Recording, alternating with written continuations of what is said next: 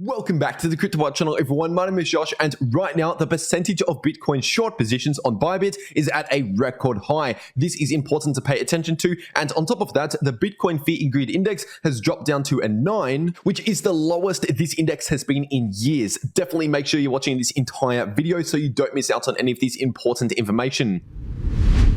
Now, starting off on the daily Bitcoin chart, and you can see that the Bitcoin price is clearly still trading around that range of support, coming into play at around $29,000 to $30,000 per Bitcoin. And so there's nothing much else to add here on top of what I said yesterday, and that can also be said about the 4-hour Bitcoin chart. Because once again, as I mentioned in yesterday's Bitcoin update video, we're forming a bullish divergence here, which basically means we're due to see reduced bearish momentum in the shorter term. And I mentioned the most likely scenario moving forward in the shorter term, as in going over the next few days or so, is pretty much some sideways choppy price action. And so far at the time of recording this video, that is basically what we have seen after that Bitcoin crash down towards around 25,000. And so once again, I would not be expecting any significant move in the Bitcoin price, as in what we saw back here, for example, coming within the next few days. I would mostly be expecting some more sideways choppy price action once again. But if you're zooming out to the 3-day Bitcoin charts, you can see that the 3-day Bitcoin RSI is currently still oversold. And of course, we saw a 3-day candle close almost 2 days ago now, and of course when we saw that 3-day candle close, that confirmed the RSI in place down in those oversold territories. And if you're looking at the last time the 3-day Ethereum RSI was this low down in oversold territories,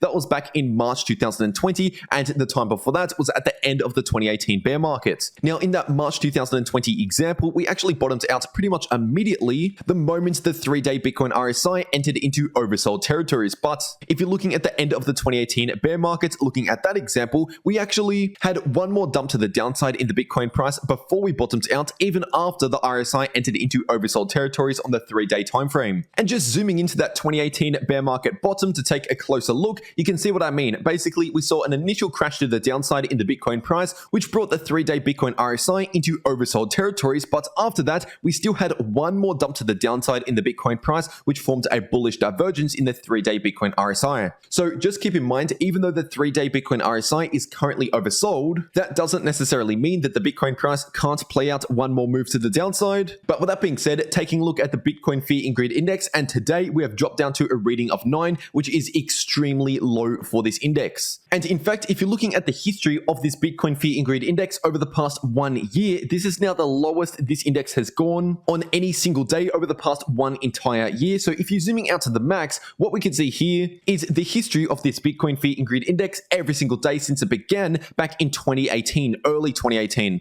And you can see right here, the lowest point we actually got to during 2021 was at a Fear and Greed Index of just 10, and that was the same for 2022 up until today. And that was during January this year, just before the Bitcoin price hit that low at around 33,000, before then bouncing back up again over the next 2 months or so. So if you're looking at the last time the Bitcoin Fear and Greed Index was below 10 at 9 or lower, that was what we were seeing at the bottom of the March 2020 crash in around the 16th of March 2020 and also the 28th of March 2020. We saw the Bitcoin Fear and Greed Index at 9 and 8 respectively. And if you simply take a look at those dates on the Bitcoin chart, that was right around here, just after that massive crash during March 2020. So basically what we could take away from this is right now the fear levels in the market are on par with what we were seeing at the bottom of the March 2020 crash, as the 3-day Bitcoin RSI is currently oversold, very similar to back then as well. And on top of that, as I explained in yesterday's Bitcoin update video, we have another important Bitcoin bottom signal that has occurred pretty much every single time we've seen a significant bottom in the Bitcoin price over the past 5+ years. Now, it's also important to mention that nothing is 100% guaranteed, and obviously that goes for pretty much every investment. But this is still something very important to at least consider moving forward. And staying on the weekly Bitcoin chart, but zooming much further out and bringing out these two important moving averages, which are the 1000-day simple moving average and the 200-week simple moving average. And so far, we have seen one dip into this massive accumulation price range in between these two moving averages, which by the way are coming in at around 22,000 and 28,000. And historically speaking, if you simply look at Bitcoin's entire price history, every single time the Bitcoin price enters in between these two moving averages, that usually turns out to be an amazing buying opportunity, especially if you're holding for the longer term. But of course, that is not financial advice. I'm just telling you what has happened time and time again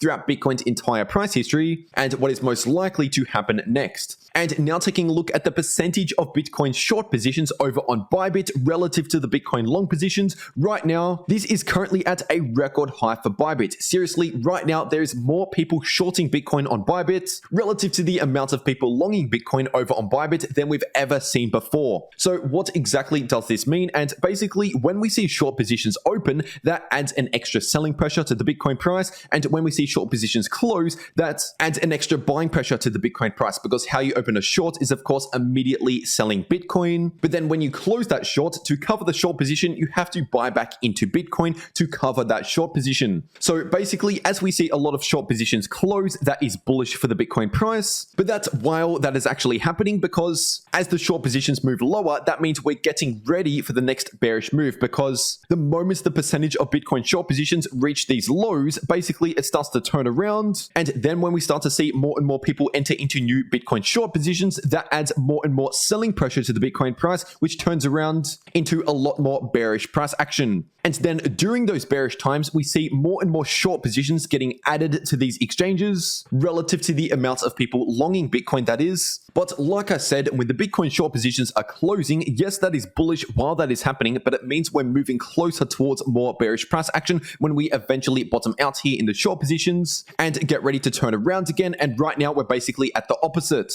We have already seen a lot of short positions open, which means a lot of selling pressure has already been applied. And remember, to close a Bitcoin short position, you have to buy back into Bitcoin. So essentially, you can kind of think of Bitcoin short positions as pent-up demand waiting to flow into Bitcoin. And we saw exactly that in the middle of last year. Once again, we saw a lot of people short Bitcoin. And then eventually, when it eventually came time for a lot of those Bitcoin short positions to close, we saw a lot of that pent-up demand get released into Bitcoin in the form of bullish price action. And so once again, if you're looking at the percentage of Bitcoin short positions on Bybit, we have a lot of pent-up demand sitting in the market right now that is waiting to flow into Bitcoin the moment the short positions begin closing again, which will happen eventually, because eventually the market will reach an equilibrium where we basically run out of sellers at a certain price. Let's just say if we keep dropping, eventually we'll reach a stage where the majority of Bitcoin has already changed hands. We've seen a lot of panic sellers already exit the market, and a lot of long-term Bitcoin holders accumulate that Bitcoin. And we've already seen that happen, especially with the most recent drop. If you watched my last Bitcoin update video, I went over some on-chain analysis to actually back this up. So seeing this is actually good news for Bitcoin, but keep in mind, this doesn't necessarily tell us what the short-term price action is going to be, because this is all talking about the larger moves in the market, these much larger trends. And if you want to know how to short Bitcoin or long Bitcoin, make sure to check out this video popping up in the top left, and in the bottom left is another video showing you how I earn passive income on my crypto without doing any work. But anyway, that is it for this update. I really hope you enjoyed, and I'll see you all in the next video.